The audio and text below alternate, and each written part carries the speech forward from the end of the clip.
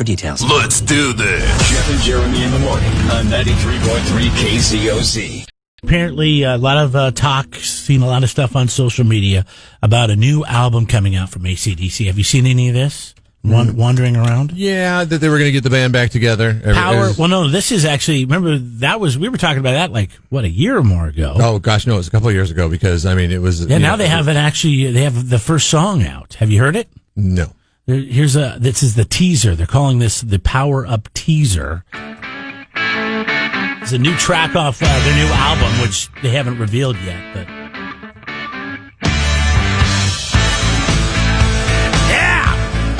Sounds like AC/DC, right? Let's see if we can get some lyrics.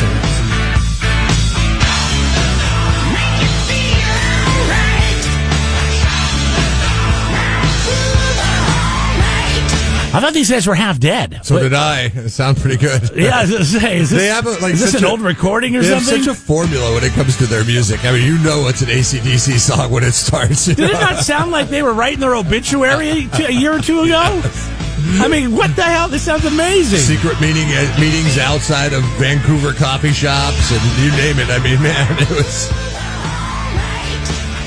Yeah. I mean, it sounds like classic Brian Johnson to me. So we shared this. That's all you get right now, but I was pretty excited about it. I mean, this has always been a bucket list show for me that I've never seen AC/DC. I've always wanted to. And I mean, I don't know if this means they can get out on stage and perform, or if there's a lot of studio enhancement going on there. Well, who knows if I mean, when are we going to get concerts back? When do you think we'll get concerts back? Oh, in 2021. We'll have concerts. When in 2021? In the summer season. Summer, yeah. Summer season. I think summer, yeah. I mean, I don't know. I mean, it all depends. It seems like. I hear one day that things are getting better, and then I hear the next day that there's a big rise, and now, they think if they open public schools, there's going to be a rise, and people going back to college, there's a rise. Our college town, which is 35,000 people, is getting more corona cases per day since the students came back in late August. Oh, blame it on the students. Every week. I know you. Then we're getting here in San Luis Obispo. It's taken 14 years, but you're officially a local because you're blaming everything on the students. No, I'm not officially. Not locally, though. Old man, local guy. No, it's a fact, Jeff. The students came back and the cases are skyrocketing. So, I'm looking the other day, they had 59 new cases. We had 37 or 35 here. And we have about what? What is this county? What are we, 300,000 or 400,000? I stopped keeping track. There was days in the middle of the summer where they're 230 cases today. No, I mean, what's the population here of this county? Of this county is I think it's 280. Oh, okay. So it's almost 300,000. Yeah. Where it's 3,500. I'm sorry, 35,000, not 3,500. 35,000 versus 280. Yeah, almost 300,000. But Cal Poly's not operating at full capacity right now. Some college students have come back. Wait, are you blaming it on the college students? No, I'm not. I'm trying to give them an excuse. Well, no, I mean, you've watched the news, right? Everybody's hanging out at Pirates Cove. Okay. That's in the news. I know. Everybody's calling for these college kids to get arrested because they win. And we're college kids, for God's sake. College kids. You know what? The thing is, college kids get this and they move on. Yes, I know there's been people in their 20s and 30s that have died from this. But for the most part, they get it. It's a cold and they move on. So let them live their life. God, they're never going to get their 20s back. 20s were the greatest. There's no responsibility except for class. Can we do like the NFL is doing and just postpone it and play it later on? So give them a break for once they turn 30, 30 is not really hits until they get 31. They get that extra year. I'll give it to them. If I'm president.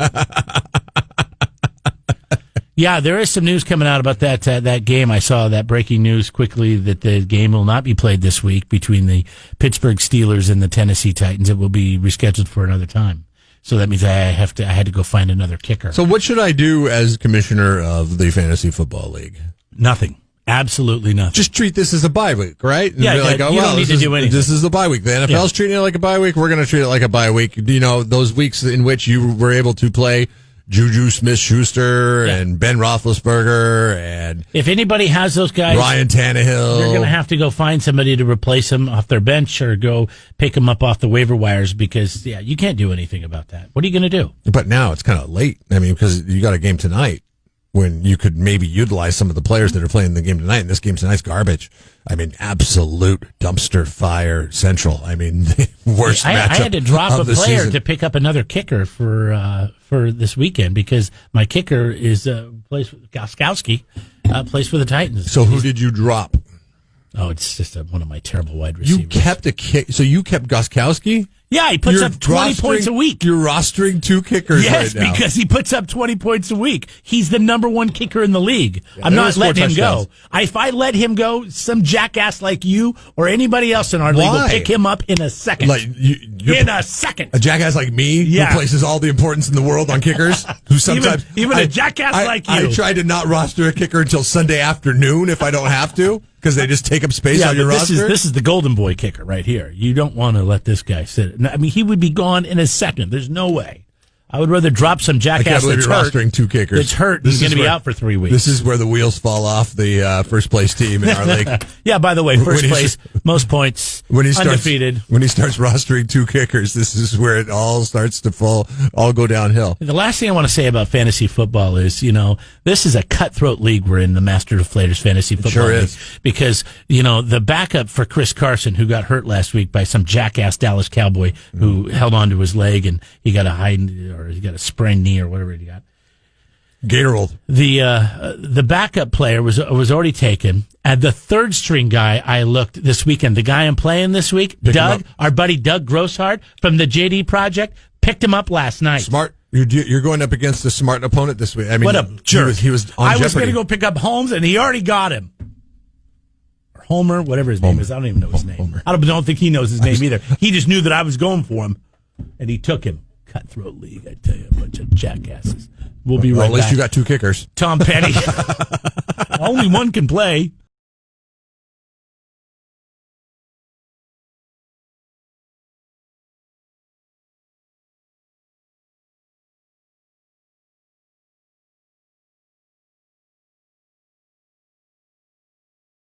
Looking through the news headlines this morning, I saw there was a Florida woman who had to forfeit her lottery prize after the post office lost her ticket, her winning ticket.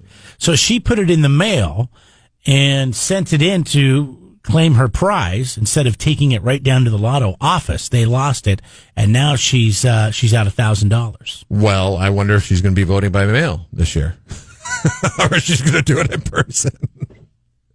Chances are she'll be doing it in person. I got my ballot yesterday. I filled it out. I thought it was going to be more. And, I guess depending where you live, there might be, like I don't live in San Luis Obispo, so I'm not able to vote in the mayoral race. So, out in Arroyo Grande, is that where you're getting your ballot then? Yeah. Is it Arroyo Grande? Yeah, even though you were in 93420 for months. Yeah. Dogs. So just propositions and the president and, the harbor commissioner, I think. I feel so bad for voting this year. Like, I know I'm going to vote because I want to vote for the offices that, are important. But then also, when I got that ballot in front of me, I'm just going to go through and I'm going to be like, I'm going to read the voter's pamphlet and do what There's really not much of they did send one out, I guess, last week. Yeah, we have it sitting on our kitchen table. I'm going to vote for the people of Arroyo Grande, but my long-term plans for... There is nobody to vote for in Arroyo Grande. No, but I'm saying I'm voting for, I'm representing people's interests in Arroyo Grande, even though I do not plan on staying in Arroyo Grande very long. Our situation is very, very temporary as we are in a search for a new house. We could be 1 week longer there. We could be 6 months longer. You may be gone before the actual election. Before they actually count the ballots. So I feel like I'm doing the wrong thing. You can't do the wrong thing because I tell you, I live there. I got the same ballot, and there's nothing that you could. I mean, the only thing local that you're voting on, outside of nothing actually. There's outside of state representatives, which you would vote no matter where you lived in the county, is the harbor commissioner for Port San Luis. That extends beyond Arroyo Grande, so we're good. Yeah, so I would be getting that anywhere I lived in the county. Okay, Yeah. so good. So I moved to the right place temporarily then, right? Yeah, because I'm not voting for mayors. You're I'm going to not vote for president. You're going to vote for the propositions, and you're Okay. going to vote for harbor commissioner. Okay, all state right. representative. Then I don't feel bad. And then you're good to go. I don't feel bad. If there was like a hotly contested mayoral race in Arroyo Grande, California, I would feel bad voting for that. Or if I lived just a couple blocks away in Grover Beach, I know that there's probably a little bit more on the ballot in Grover Beach. I would feel bad for that because I'd be like, I don't care.